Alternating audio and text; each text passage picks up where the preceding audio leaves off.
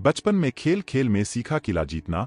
बचपन में शिवाजी अपनी आयु के बालक इकट्ठे कर उनके नेता बनकर युद्ध करने और किले जीतने का खेल खेला करते थे। युवावस्था में आते ही उनका खेल वास्तविक कर्म शत्रु बनकर शत्रुओं पर आक्रमण कर उनके किले आदि भी जीतने लगे।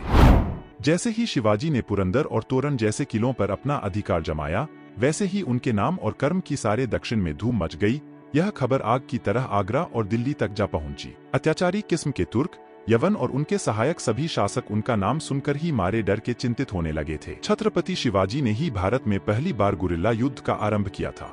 उनकी इस युद्ध नीति से प्रेरित होकर ही वियतनामियों ने अमेरिका से जंगल जीत ली थी। इस युद्ध का उल्लेख उस काल में रचित शिव सूत्र में मिलता है। गोरिल्ला युद्ध एक प्रकार का छापामार युद्ध। मोटे तौर पर छापामार युद्ध अर्धसैनिकों की टुकड़ियों अथवा अनियमित सैनिकों द्वारा शत्रुसेना के पीछे या पार्श्व में आक्रमण करके लड़े जाते हैं। समर्थ रामदास, हिंदू पद पातशाही के संस्थापक शिवाजी के गुरु रामदास जी का नाम भारत के साधु संतों व विद्वत समाज में सुविख्यात है। उन्होंने दासबोध नामक एक ग्रंथ की रचना भी की थी, जो मराठी भाषा में है। संपूर्ण भारत में कश्मीर से कन्याकुमारी तक उन्होंने 1100 मठ तथा अखाड़े स्थापित कर स्वराज्य स्थापना के लिए जनता को तैयार करने का प्रयत्न किया। उन्हें अखाड़ों की स्थापना का श्रेय जाता है, इसीलिए उन्हें भगवान हनुमान जी का अवतार माना गया, जबकि वे हनुमान जी के परम भक्त थे।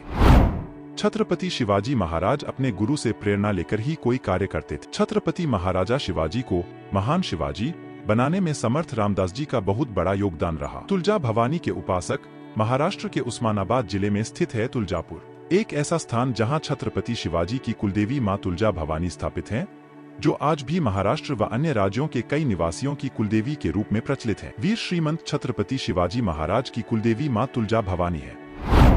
शिवाजी महान उन्हीं की उपासना करते रहते थे। मान्यता है कि शिवाजी को खुद देवी मां ने प्रकट होकर तलवार प्रदान की थी। अभी यह तलवार लंदन के संग्रहालय में रखी हुई है। लंबी बीमारी के चलते 1680 में वीर छत्रपति शिवाजी ने दम तोड़ दिया और उनके साम्राज्य को उनके बेटे संभाजी ने संभाल लिया।